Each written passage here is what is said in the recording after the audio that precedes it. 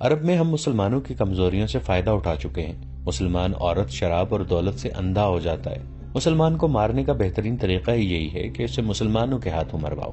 مسلمانوں کو ذہنی عیاشی کا سامان مہیا کر دو تو وہ اپنے دین اور ایمان سے دستبردار ہو جاتے ہیں۔ تم مسلمانوں کا ایمان آسانی سے خرید سکتے ہو۔ اس نے عرب کے کئی امراء اور وزراء کی مثالیں دیں جنہیں صلیبیوں نے عورت، شراب اور دولت سے خرید لیا تھا اور انہیں اپنا درپردہ دوست بنا لیا تھا۔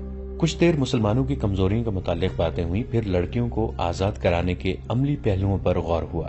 آخر یہ طے پایا کہ 20 نہایت دلیر آدمی اس کام کے لیے روانہ کیے جائیں اور وہ اگلی شام تک روانہ ہو جائیں۔ اسی وقت 4-5 کمانڈروں کو بلایا گیا۔ انہیں اصل مقصد اور مہم بتا کر کہا گیا کہ 20 آدمی منتخب کریں۔ کمانڈروں نے تھوڑی دیر اس مہم کے خطروں کے متعلق بحث مباحثہ کیا۔ ایک کمانڈر نے کہا، ہم پہلے ہی ایسی ایک فورس تیار کر رہے ہیں جو مسلمانوں کے کیمپوں پر شب خون مارا کرے گی اور ان کی متحرک فوج پر بھی رات کو حملے کر کے پریشان کرتی رہے گی۔ اس فورس کے لیے ہم نے چند ایک آدمی منتخب کیے ہیں، لیکن یہ آدمی 100% قابل اعتماد ہونے چاہیے۔ آگسٹس نے کہا، وہ ہماری تمہاری نظروں سے اوجھل ہو کر یہ کام کریں گے۔ یہ بھی ہو سکتا ہے کہ وہ کچھ بھی نہ کریں اور واپس آ کر کہیں کہ وہ بہت کچھ کر کے آئے ہیں۔ آپ یہ سن کر حیران ہوں گے، ایک کمانڈر نے کہا، کہ ہماری فوج میں ایسے سپاہی بھی ہیں جنہیں ہم نے جیل خانوں سے حاصل کیا ہے۔ یہ ڈاکو، چور اور راہزن تھے۔ انہیں بڑی بڑی لمبی سزائیں دی گئی تھی۔ انہیں جیل خانوں میں مرنا ہی تھا۔ ہم نے ان سے بات کی تو وہ جوش و خروش میں فوج میں آ گئے۔ آپ کو شاید یہ معلوم کر کے بھی حیرت ہو کہ ناکام حملے میں ان سزا یافتہ مجرموں نے بڑی بہادری سے کئی جہاز بچائے ہیں۔ میں لڑکیوں کو مسلمانوں سے آزاد کرنے کی مہم میں ایسے 3 آدمی بھیجوں گا۔ مورخوں نے لکھا ہے کہ مسلمانوں میں عیش و عشرت کا رجحان بڑھ گیا اور اتحاد ختم ہو رہا تھا۔ عیسائیوں نے مسلمانوں کو اخلاقی تباہی تک پہنچانے میں ذہنی عیاشی کا ہر سامان مہیا کیا۔ اب انہیں یہ توقع تھی کہ مسلمانوں کو ایک ہی حملے میں ختم کر دیں گے۔ چنانچہ ان کے خلاف عیسائی دنیا میں نفرت کی طوفانی مہم چلائی گئی اور ہر کسی کو اسلام کے خلاف جنگ میں شریک ہونے کی دعوت دی گئی۔ اس کے جواب میں معاشرے کے ہر شعبے کے لوگ صلیبی لشکر میں شامل ہونے لگے۔ ان میں پادری بھی شامل ہوئے اور عادی مجرم بھی گناہوں سے توبہ کر کے مسلمانوں کے خلاف مسلح ہو گئے۔ بعض ملکوں کے جیل خانوں میں جو مجرم لمبی قید کی سزائیں بھگت رہے تھے وہ بھی فوج میں بھرتی ہو گئے۔ ان مجرموں کے متعلق عیسائیوں کا تجربہ غالباً اچھا تھا، جس کے پیش نظر ایک کمانڈر نے لڑکیوں کو آزاد کرانے اور صلاح الدین کو قتل کرنے کے لیے قیدی مجرموں کا انتخاب کیا تھا۔ صبح تک 20 انتہائی دلیر اور ذہین آدمی چن لیے گئے۔ ان میں میگنا نامیریوس بھی تھا، جسے روم کے جیل خانے سے لایا گیا تھا۔ اس جاسوس کو جو ڈاکٹر کے بہروپ میں سلطان ایوبی کے کیمپ میں رہا اور فرار ہو کر آیا تھا، اس کمانڈو پارٹی کا کمانڈر اور گائیڈ مقرر کیا گیا۔ اس پارٹی کو یہ مشن دیا گیا کہ لڑکیوں کو مسلمانوں کی قید سے نکالنا ہے۔ اگر رابن اور اس کے 4 ساتھیوں کو بھی آزاد کرایا جا سکے تو کرا لینا، ورنہ ان کے لیے کوئی خطرہ مول لینے کی ضرورت نہیں۔ دوسرا مشن یہ تھا کہ صلاح الدین کو قتل کیا جائے۔ اس پارٹی کو کوئی عملی ٹریننگ نہ دی گئی، صرف زبانی ہدایات اور ضروری ہتھیار دے کر اسی روز ایک بادبانی کشتی میں ماہی گیروں کے بھیس میں روانہ کر دیا گیا۔ جس وقت یہ کشتی اٹلی کے ساحل سے روانہ ہوئی، صلاح الدین ایوبی سوڈانیوں کی بغاوت کو مکمل طور پر دبا چکے تھے۔ سوڈانیوں کے بہت سے کمانڈر مارے گئے یا زخمی ہو گئے تھے اور بہت سے سلطان ایوبی کے دفتر کے سامنے کھڑے تھے۔ انہوں نے ہتھیار ڈال کر شکست اور سلطان ایوبی کی اطاعت قبول کر لی تھی۔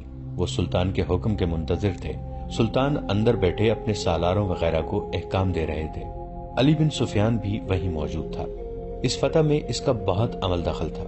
صلیبیوں کو شکست دینے میں بھی اس کے نظام جاسوسی نے بہت کام کیا تھا، بلکہ یہ دونوں کامیابیاں جاسوسی کے نظام کی ہی کامیابیاں تھیں۔ سلطان ایوبی کو جیسے اچانک کچھ یاد آ گیا۔ انہوں نے علی بن سفیان سے کہا، علی، ہمیں ان جاسوس لڑکیوں اور ان کے ساتھیوں کے متعلق سوچنے کا وقت ہی نہیں ملا۔ وہ ابھی تک ساحل پر قیدی کیمپ میں ہیں۔ ان سب کو فوراً یہاں لانے کا بندوبست کرو اور تہہ خانے میں ڈال دو۔ میں ابھی پیغام دیتا ہوں۔ علی بن سفیان نے کہا، ان سب کو یہاں پہرے میں بلوا لیتا ہوں۔ سلطان، آپ شاید 7ویں لڑکی کو بھول گئے ہیں۔ وہ سوڈانیوں کے کماندار بالیان کے پاس تھی۔ اس لڑکی سے جاسوسیوں اور بغاوت کا انکشاف ہوا تھا۔ میں دیکھ رہا ہوں کہ باسیان ان کمانداروں میں سے نہیں ہے جو باہر موجود ہیں، اور وہ زخمیوں میں بھی نہیں ہے، بلکہ مرے ہوئے بھی میں دیکھ چکا ہوں، وہاں بھی وہ موجود نہیں۔ مجھے شک ہے کہ 7ویں لڑکی، جس کا نام فخر المصری نے موبی بتایا ہے، بالیان کے ساتھ کہیں روپوش ہو گئی ہے۔ اپنا شک رفع کرو علی، سلطان ایوبی نے کہا۔ یہاں مجھے اب تمہاری ضرورت نہیں۔ بالیان لاپتہ ہے تو بحر روم کی طرف نکل گیا ہوگا۔ صلیبیوں کے سوا اسے کون پناہ دے سکتا ہے؟ بہرحال ان جاسوسوں کو تہہ خانوں میں ڈالو اور اپنے جاسوس فوراً تیار کر کے سمندر پار بھیج دو۔ زیادہ ضروری تو یہ ہے کہ اپنے جاسوس اپنے ہی ملک میں پھیلا دیے جائیں۔ یہ مشورہ دینے والا سلطان نور الدین زنگی کی بھیجی ہوئی فوج کا سالار تھا۔ اس نے کہا، ہمیں صلیبیوں کی طرف سے اتنا خطرہ نہیں جتنا اپنے مسلمان امراء سے ہے۔ اپنے جاسوس ان کے حرموں میں داخل کر دیے جائیں تو بہت سی سازشیں بے نقاب ہو جائیں گی۔ اس نے تفصیل سے بتایا کہ یہ خود ساختہ حکمران کس طرح صلیبیوں کے ہاتھوں میں کھیل رہے ہیں۔ سلطان زنگی رحمۃ اللہ علیہ اکثر پریشان رہتے ہیں کہ باہر کے حملوں کو روکیں یا اپنے گھر کو اپنے ہی چراغ سے جلنے سے بچائیں۔ صلاح الدین ایوبی نے یہ رویداد غور سے سنی اور کہا، اگر تم لوگ جن کے پاس ہتھیار ہیں دیانتدار اور اپنے مذہب سے مخلص رہے تو باہر حملے اور اندر کی سازشیں قوم کا کچھ نہیں بگاڑ سکیں گی۔ تم اپنی نظر سرحدوں سے دور آگے لے جاؤ۔ سلطنت اسلامیہ کی کوئی سرحد نہیں۔ تم نے جس روز اپنے آپ کو اور خدا کے اس عظیم مذہب اسلام کو سرحدوں میں پابند کر لیا، اس روز سے یوں سمجھو کہ تم اپنے ہی قید خانے میں قید ہو جاؤ گے۔ پھر تمہاری سرحدیں سکڑنے لگیں گی۔ اپنی نظریں بحر روم سے آگے لے جاؤ۔ سمندر تمہارا رستہ نہیں روک سکتے۔ گھر کے چراغوں سے نہ ڈرو، یہ تو ایک پھونک سے گل ہو جائیں گے۔ ان کی جگہ ہم ایمان کے چراغ روشن کریں گے۔ ہمیں امید ہے کہ ہم ایمان فروشی کو روک لیں گے سلطان محترم۔ سالار نے کہا، ہم مایوس نہیں، صرف 2 لعنتوں سے بچو میرے عزیز رفیقو۔ سلطان ایوبی نے کہا، مایوسی اور ذہنی عیاشی۔ انسان پہلے مایوس ہوتا ہے، پھر ذہنی عیاشی کے ذریعے راہ فرار اختیار کرتا ہے۔ اس دوران علی بن سفیان جا چکا تھا۔ اس نے فوراً ایک قاصد بحر روم کی کیمپ کی طرف اس پیغام کے ساتھ روانہ کر دیا کہ رابن اس کے 4 ساتھیوں اور لڑکیوں کو گھوڑوں یا اونٹوں پر سوار کر کے 20 محافظوں کے پہرے میں دارالحکومت کو بھیج دو۔ قاصد کو روانہ کر کے اس نے اپنے ساتھ 6-7 سپاہی لیے اور کماندار بالیان کی تلاش میں نکل گیا۔ اس نے ان سوڈانی کمانداروں سے جو باہر بیٹھے تھے بالیان کے متعلق پوچھ لیا تھا۔ سب نے کہا تھا کہ اسے لڑائی میں کہیں بھی نہیں دیکھا گیا تھا اور نہ ہی وہ اس فوج کے ساتھ گیا تھا جو بحرہ روم کی طرف سلطان کی فوج پر حملہ کرنے کے لیے بھیجی گئی تھی۔ علی بن سفیان بالیان کے گھر گیا تو وہاں اس کی 2 بوڑھی خادماؤں کے سوا کوئی نہ تھا۔ انہوں نے بتایا کہ بالیان کے گھر میں 5 لڑکیاں تھیں۔ ان میں جس کی عمر ذرا زیادہ ہو جاتی تھی اسے وہ غائب کر دیتا تھا اور اس کی جگہ جوان لڑکی لے آتا تھا۔ ان خادماؤں نے بتایا کہ بغاوت سے پہلے اس کے پاس ایک فرنگی لڑکی آئی تھی جو غیر معمولی طور پر خوبصورت اور ہوشیار تھی۔ بالیان اس کا غلام ہو گیا تھا۔ بغاوت کے 1 روز بعد جب سوڈانیوں نے ہتھیار ڈال دیے تو بالیان رات کے وقت گھوڑے پر سوار ہوا، دوسرے گھوڑے پر اس فرنگی لڑکی کو سوار کیا اور معلوم نہیں دونوں کہاں روانہ ہو گئے۔ ان کے ساتھ 7 گھوڑ سوار تھے۔ حرم کی لڑکیوں کے متعلق بوڑھیوں نے بتایا کہ وہ گھر میں جو ہاتھ لگا اٹھا کر چلی گئی ہیں۔ علی بن سفیان وہاں سے واپس ہوا تو ایک گھوڑا سرپٹ دوڑا آیا اور علی بن سفیان کے سامنے رکا۔ اس پر فخر المصری سوار تھا۔ کود کر گھوڑے سے اترا اور ہانپتی کانپتی آواز میں بولا، میں آپ کے پیچھے آیا ہوں۔ میں بھی اسی بدبخت بالیان اور اس کافر لڑکی کو ڈھونڈ رہا تھا۔ میں ان سے انتقام لوں گا۔ جب تک ان دونوں کو اپنے ہاتھوں قتل نہیں کر لوں گا مجھے چین نہیں آئے گا۔ میں جانتا ہوں وہ کدھر گئے ہیں۔ میں نے ان کا پیچھا کیا ہے لیکن ان کے ساتھ 7 مسلح محافظ ہیں۔ میں اکیلا تھا۔ وہ بحر روم کی طرف جا رہے ہیں مگر عام راستے سے ہٹ کر جا رہے ہیں۔ اس نے علی بن سفیان کے گھٹنوں پر ہاتھ رکھ کر کہا، خدا کے لیے مجھے صرف 4 سپاہی دے دیں، میں ان کے تعاقب میں جاؤں گا اور انہیں ختم کر کے آؤں گا۔ علی بن سفیان نے اسے اس وعدے سے ٹھنڈا کیا کہ وہ اسے 4 کی بجائے 20 سوار دے گا۔ وہ ساحل سے آگے اتنی جلدی نہیں جا سکتے، میرے ساتھ رہو۔ علی بن سفیان مطمئن ہو گیا کہ یہ تو پتہ چل گیا ہے کہ وہ کس طرف گئے ہیں۔ اس وقت بالیان اس صلیبی لڑکی کے ساتھ جس کا نام موبی تھا ساحل کی طرف جانے والے عام راستے سے ہٹ کر دور جا چکا تھا۔ ان علاقوں سے وہ اچھی طرح واقف تھا۔ اسے معلوم نہیں تھا کہ سوڈانی فوج اور اس کے کمانداروں کو صلاح الدین ایوبی نے معافی دے دی ہے۔ ایک تو وہ سلطان کے عتاب سے بھاگ رہا تھا اور دوسرے یہ کہ وہ موبی جیسی حسین لڑکی کو نہیں چھوڑنا چاہتا تھا۔ وہ سمجھتا تھا کہ دنیا کی حسین لڑکیاں صرف مصر اور سوڈان میں ہی ہیں، مگر اٹلی کی اس لڑکی کے حسن اور دلکشی نے اسے اندھا کر دیا تھا۔ اس کی خاطر وہ اپنا رتبہ، اپنا مذہب اور اپنا ملک ہی چھوڑ رہا تھا، لیکن اسے یہ معلوم نہیں تھا کہ موبی اس سے جان چھڑانے کی کوشش کر رہی تھی۔ وہ جس مقصد کے لیے آئی تھی وہ ختم ہو چکا تھا۔ گو مقصد تباہ ہو گیا تھا، تاہم موبی اپنا کام کر چکی تھی۔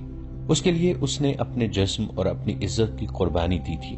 وہ ابھی تک اپنی عمر سے دگنی عمر کے آدمی کی عیاشی کا ذریعہ بنی ہوئی تھی۔ بالیان اس خوش فہمی میں مبتلا تھا کہ موبی اسے بری طرح چاہتی ہے، مگر موبی اس سے نفرت کرتی تھی۔ وہ چونکہ مجبور تھی اس لیے اکیلی بھاگ نہیں سکتی تھی۔ وہ اس مقصد کے لیے بالیان کو ساتھ لیے ہوئے تھی کہ اسے اپنی حفاظت کی ضرورت تھی۔ اسے بحیرہ روم پار کرنا تھا یا رابن تک پہنچنا تھا۔ اسے معلوم نہیں تھا کہ رابن اور اس کے ساتھی جو تاجروں کے بیس میں تھے پکڑے جا چکے ہیں۔ اس مجبوری کے تحت وہ بالیان کے ہاتھ میں کھلونا بنی ہوئی تھی۔ وہ کئی بار اسے کہہ چکی تھی کہ تیز چلو اور پڑاؤ کم کرو ورنہ پکڑے جائیں گے، لیکن بالیان جہاں اچھی سایہ دار جگہ دیکھتا رک جاتا۔ اس نے شراب کا ذخیرہ اپنے ساتھ رکھ لیا تھا۔ ایک رات موبی نے ایک ترکیب سوچی۔ اس نے بالیان کو اتنی زیادہ پلا دی کہ وہ بے سدھ ہو گیا۔ ان کے ساتھ جو 7 محافظ تھے وہ کچھ پرے سو گئے تھے۔ موبی نے دیکھا تھا کہ ان میں ایک ایسا ہے جو جوان ہے اور سب پر چھایا رہتا ہے۔ بالیان زیادہ تر اسی کے ساتھ ہر بات کیا کرتا تھا۔ موبی نے اسے جگایا اور تھوڑی دور لے گئی۔ اسے کہا، تم اچھی طرح جانتے ہو کہ میں کون ہوں، کہاں سے آئی ہوں اور یہاں کیوں آئی تھی۔ میں تم لوگوں کے لیے مدد لائی تھی تاکہ تم صلاح الدین ایوبی جیسے غیر ملکیوں سے آزاد ہو جاؤ، مگر تمہارا یہ کماندار بالیان اس قدر عیاش آدمی ہے کہ اس نے شراب پی کر بدمست ہو کر میرے جسم کے ساتھ کھیلنا شروع کر دیا۔ بجائے اس کے کہ وہ عقل مندی سے بغاوت کا منصوبہ بناتا اور فتح حاصل کرتا، اس نے مجھے اپنے حرم کی لونڈی بنا لیا اور اندھا دھند فوج کو 2 حصوں میں تقسیم کر کے ایسی لاپرواہی سے حملہ کیا کہ ایک ہی رات میں تمہاری اتنی بڑی فوج ختم ہو گئی۔ تمہاری شکست کا ذمہ دار یہ شخص ہے۔ اب یہ میرے ساتھ صرف عیاشی کے لیے جا رہا ہے اور مجھے کہتا ہے کہ میں اسے سمندر پار لے جاؤں، اسے اپنی فوج میں رتبہ دلاؤں اور اس کے ساتھ شادی کر لوں، مگر مجھے اس شخص سے نفرت ہے۔ میں نے فیصلہ کیا ہے کہ اگر مجھے شادی ہی کرنی ہے اور اپنے ملک میں لے جا کر اسے فوج میں رتبہ ہی دلوانا ہے تو مجھے ایسے آدمی کا انتخاب کرنا چاہیے جو میرے دل کو اچھا لگے، اور وہ آدمی تم ہو۔ تم جوان ہو، دلیر ہو، عقل مند ہو۔ میں نے جب سے تمہیں دیکھا ہے تمہیں چاہ رہی ہوں۔ مجھے اس بوڑھے سے بچاؤ، میں تمہاری ہوں۔ سمندر پار چلو، فوج کا رتبہ اور مال و دولت تمہارے قدموں میں ہوگا، مگر اس آدمی کو یہیں ختم کرو۔ وہ سویا ہوا ہے، اسے قتل کر دو، آؤ نکل چلیں یہاں سے۔ اس نے محافظ کے گلے میں باہیں ڈال دیں۔ محافظ اس کے حسن میں گرفتار ہو گیا۔ اس نے دیوانہ وار لڑکی کو اپنے بازوں میں جکڑ لیا۔ موبی اس جادوگری کی ماہر تھی۔ وہ ذرا پرے ہٹ گئی۔ محافظ اس کی طرف بڑھا تو عقب سے ایک برچھی اس کی پیٹھ میں اتر گئی۔ اس کے منہ سے ہائے نکلی اور وہ پہلو کے بل لڑک گیا۔ برچھی اس کی پیٹھ سے نکلی اور اسے آواز سنائی دی، نمک حرام کو زندہ رہنے کا حق نہیں۔ لڑکی کی چیخ نکل گئی۔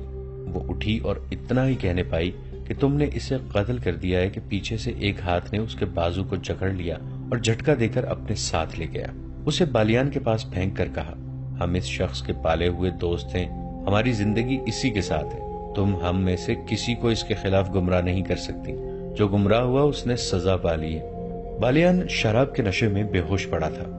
تم لوگوں نے یہ بھی سوچا ہے کہ تم کہاں جا رہے ہو؟ موبی نے پوچھا۔ سمندر میں ڈوبنے، ایک نے جواب دیا۔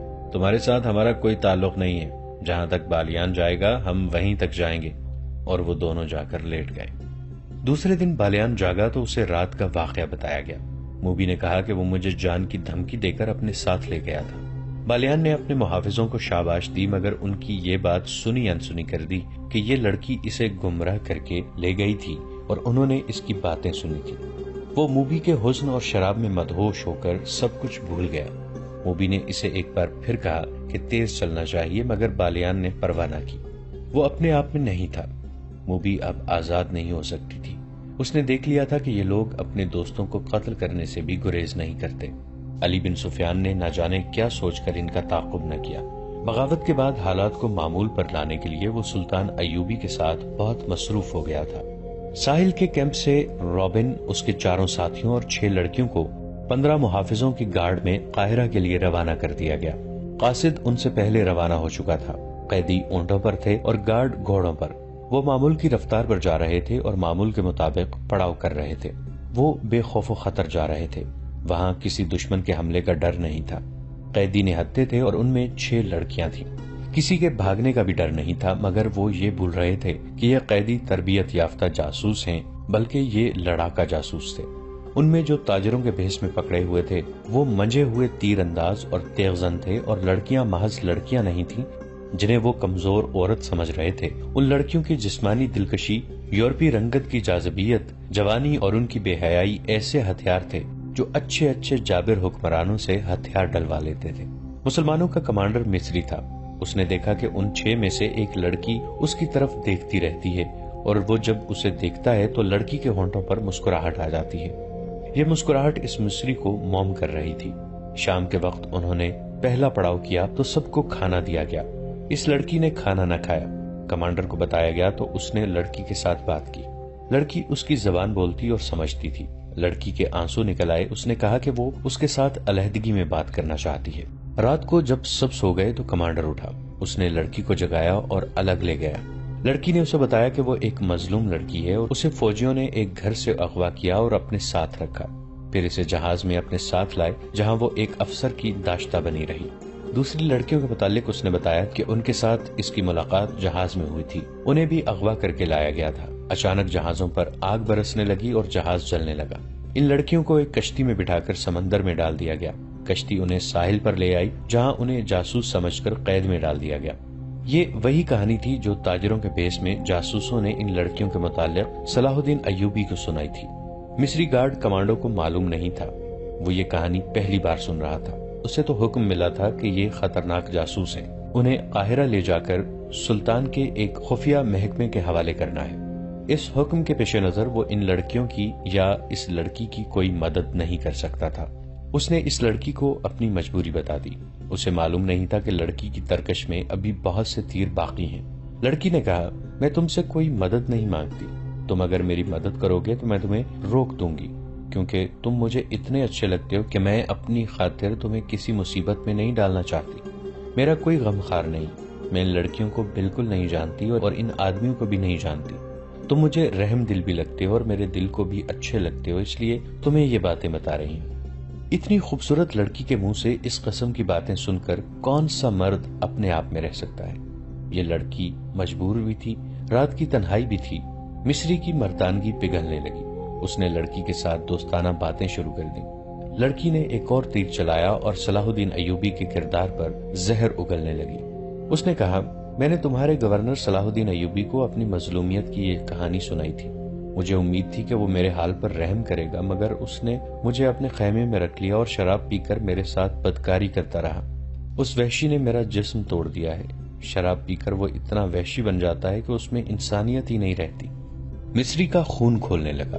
اس نے بے دق کر کہا، ہمیں کہا گیا تھا کہ صلاح الدین ایوبی مومن ہے، فرشتہ ہے، شراب اور عورت سے نفرت کرتا ہے، مجھے اب اسی کے پاس لے جایا جا رہا ہے۔ لڑکی نے کہا، اگر تمہیں یقین آئے تو رات کو دیکھ لینا کہ میں کہاں ہوں گی۔ وہ مجھے قید خانے میں نہیں ڈالے گا، اپنے حرم میں رکھ لے گا۔ مجھے اس آدمی سے ڈر آتا ہے۔ اس قسم کی بہت سی باتوں سے لڑکی نے اس مصری کے دل میں صلاح الدین ایوبی کے خلاف نفرت پیدا کر دی اور وہ پوری طرح مصری پر چھا گئی، اس کے دل اور دماغ پر قبضہ کر لیا۔ مصری کو معلوم نہیں تھا کہ یہی ان لڑکیوں کا ہتھیار ہے۔ لڑکی نے آخر میں کہا، اگر تم مجھے اس ذلیل زندگی سے نجات دلا دو تو میں ہمیشہ کے لیے تمہاری ہو جاؤں گی اور میرا باپ تمہیں سونے کی اشرفیوں سے مالا مال کر دے گا۔ اس نے اس کا طریقہ یہ بتایا، میرے ساتھ سمندر پار بھاگ چلو، کشتیوں کی کمی نہیں، میرا باپ بہت امیر آدمی ہے، میں تمہارے ساتھ شادی کر لوں گی اور میرا باپ تمہیں نہایت اچھا مکان، بہت سی دولت دے گا، تم تجارت کر سکتے ہو۔ مصری کو یہ یاد رہ گیا تھا کہ وہ مسلمان ہے۔ اس نے کہا کہ وہ اپنا مذہب ترک نہیں کر سکتا۔ لڑکی نے ذرا سوچ کر کہا، میں تمہارے لیے اپنا مذہب چھوڑ دوں گی۔ اس کے بعد وہ فرار اور شادی کا پروگرام بنانے لگے۔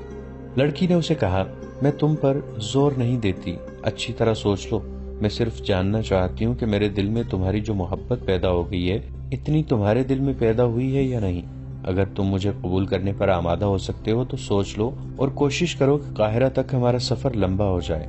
ہم ایک بار وہاں پہنچ گئے تو پھر تم میری بو بھی نہیں سونگھ سکو گے۔ لڑکی کا مقصد صرف اتنا تھا کہ سفر لمبا ہو جائے اور 3 دنوں کے بجائے 6 دن راستے میں ہی گزر جائیں۔ اس کی وجہ یہ تھی کہ رابن اور اس کے ساتھی فرار کی ترکیبیں سوچ رہے تھے۔ وہ اس کوشش میں تھے کہ رات کو سوئے ہوئے محافظوں کے ہتھیار اٹھا کر انہیں قتل کیا جائے، جو ناممکن سا کام تھا، یا ان کے گھوڑے چرا کر بھاگا جائے۔ ابھی تو پہلا ہی پڑاؤ تھا۔ ان کی ضرورت یہ تھی کہ سفر لمبا ہو جائے تاکہ وہ اطمینان سے سوچ سکیں۔ اس مقصد کے لیے انہوں نے اس لڑکی کو استعمال کیا کہ وہ محافظوں کے کمانڈر کو قبضے میں لے لے۔ لڑکی نے پہلی ملاقات میں ہی یہ مقصد حاصل کر لیا اور مصری کو منہ مانگی قیمت دے دی۔ مصری کوئی ایسا بڑا رتبے والا آدمی نہیں تھا، معمولی سا عہدیدار تھا۔ اس نے کبھی خواب میں بھی اتنی حسین لڑکی نہیں دیکھی تھی۔ کہاں ایک جیتی جاگتی لڑکی جو اس کے تصوروں سے بھی زیادہ خوبصورت تھی اس کی لونڈی بن گئی تھی۔ وہ اپنا آپ، اپنا فرض اور اپنا مذہب ہی بھول گیا۔ وہ ایک لمحے کے لیے بھی لڑکی سے الگ نہیں ہونا چاہتا تھا۔ اس پاگل پن میں اس نے صبح کے وقت پہلا حکم یہ دیا کہ جانور بہت تھکے ہوئے ہیں، لہٰذا آج سفر نہیں ہوگا۔ محافظوں اور شتربانوں کو اس حکم سے بہت خوشی ہوئی۔ وہ محاذ کی سختیوں سے اکتائے ہوئے تھے، انہیں منزل تک پہنچنے کی کوئی جلدی نہیں تھی۔ وہ دن بھر آرام کرتے رہے، گپ شپ لگاتے رہے اور ان کا کمانڈر اس لڑکی کے پاس بیٹھا بدمست ہوتا جا رہا تھا۔ دن گزر گیا، رات آئی اور جب سب سوئے ہوئے تھے تو مصری لڑکی کو ساتھ لیے وہ دور چلا گیا۔ لڑکی نے اسے آسمان پر پہنچا دیا۔ صبح جب یہ قافلہ چلنے لگا تو مصری کمانڈر نے راستہ بدل دیا۔ اپنے دستے سے اس نے کہا کہ اس طرف اگلے پڑاؤ کے لیے بہت خوبصورت جگہ ہے، قریب ایک گاؤں بھی ہے جہاں مرغیاں اور انڈے مل جائیں گے۔ اس کا دستہ اس پر بھی خوش ہوا کہ کمانڈر انہیں عیش کرا رہا ہے۔ البتہ اس دستے میں 2 عسکری ایسے تھے جو کمانڈر کی ان حرکتوں سے خوش نہیں تھے۔ انہوں نے اسے کہا کہ ہمارے پاس خطرناک قیدی ہیں، یہ سب جاسوس ہیں، انہیں بہت جلدی حکومت کے حوالے کر دینا چاہیے، بلا وجہ سفر لمبا کرنا ٹھیک نہیں۔ مصری نے انہیں یہ کہہ کر چپ کرا دیا کہ یہ میری ذمہ داری ہے کہ جلدی پہنچوں یا دیر سے، جواب طلبی ہوئی تو مجھ سے ہوگی۔ دونوں خاموش تو ہو گئے لیکن وہ الگ جا کر آپس میں خسر پسر کرتے رہے۔ ناظرین، آج کی قسط میں اتنا ہی۔ ہماری نئی ویڈیوز سے باخبر رہنے کے لیے ہمارے اس چینل کو سبسکرائب کر کے نیچے موجود بیل آئیکن کو ضرور پریس کیجیے گا۔ آپ سے ملاقات ہوگی نئی ویڈیو کے ساتھ، تب تک کے لیے ہمارا اور آپ کا اللہ نگہبان۔